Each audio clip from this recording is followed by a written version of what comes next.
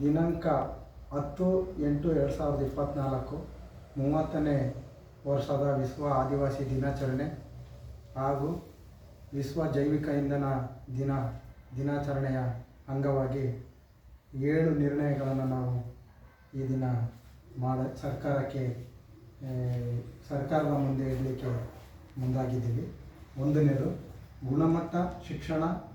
ಆಶ್ರಮ ಶಾಲೆಗಳಲ್ಲಿ ತರಬೇತಿ ಹೊಂದಿದ BA B.Ed ಆದಿವಾಸಿ ಶಿಕ್ಷಕರನ್ನು ನೇಮಿಸಿ ಗುಣಮಟ್ಟ ಶಿಕ್ಷಣವನ್ನು ನೀಡುವುದು.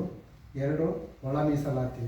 12 ಅರಣ್ಯ ಆದಿವಾಸಿ ಸಮುದಾಯಗಳಿಗೆ ಒಳ ಮೀಸಲಾತಿ ನೀಡಬೇಕು.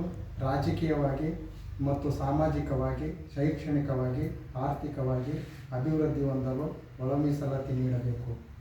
3, ರಾಜ್ಯ ಮೂಲ ನಿವಾಸಿ ಸಂಶೋಧನಾ ಸಂಸ್ಥೆಗೆ ಆದಿವಾಸಿ ಸಲಹಾ ಸಮಿತಿ ರಚನೆ ಮಾಡಿ ಸಂಶೋಧನೆ ಮಾಡಿದ ವಿಷಯಗಳನ್ನು ಸಲಹಾ ಸಮಿತಿಯಲ್ಲಿ ಚರ್ಚಿಸಿ ಸರ್ಕಾರಕ್ಕೆ ವರದಿ ಸಲ್ಲಿಸಬೇಕು. ಅರಣ್ಯ ಹಕ್ಕಿನ ಮಾನ್ಯತಾ ಕಾಯ್ದೆ 2006 ಮತ್ತು 2008ರ ಕಾನೂನು ಪ್ರಕಾರ ಅರಣ್ಯ ಆದಿವಾಸಿ ಬುಡಕಟ್ಟು ಜನರ ಸಾಮೂಹಿಕ ಹಕ್ಕು ಮತ್ತು ವೈಯಕ್ತಿಕ ಹಕ್ಕು ಪತ್ರಗಳನ್ನು ಕೂಡಲೇ ನೀಡಿ ಹಕ್ಕುಪತ್ರಗಳನ್ನು ಮಾನ್ಯ ಮಾಡಬೇಕು. 5, ಕರ್ನಾಟಕ ಹೈಕೋರ್ಟ್ ಪುನರ್ವಸತಿ ತೀರ್ಪಿನ ಅನ್ವಯ 3418 ಕುಟುಂಬಗಳಿಗೆ ಪುನರ್ವಸತಿ ನೀಡಬೇಕು.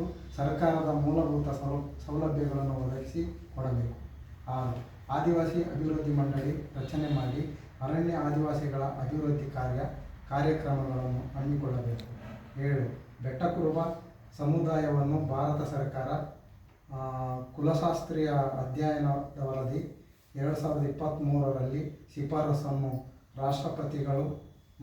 ರಾಷ್ಟ್ರಪತಿಗಳ ಅಂಕಿತವಾಗಿ ಪರಿಶಿಷ್ಟ ಪಂಗಡ ಪಟ್ಟಿಗೆ ಸೇರ್ಪಡೆಗೊಳಿಸಿದ್ದರೂ ಕರ್ನಾಟಕ ಸರ್ಕಾರ ಹಿಂದಿನ ಬುಡಕಟ್ಟು ಸಚಿವಾಲಯದಿಂದ ರೆವಿನ್ಯೂ ಸಚಿವಾಲಯ ಪರಿಶಿಷ್ಟ ಪಟ್ಟಿಗೆ ಸೇರ್ಪಡೆಗೆ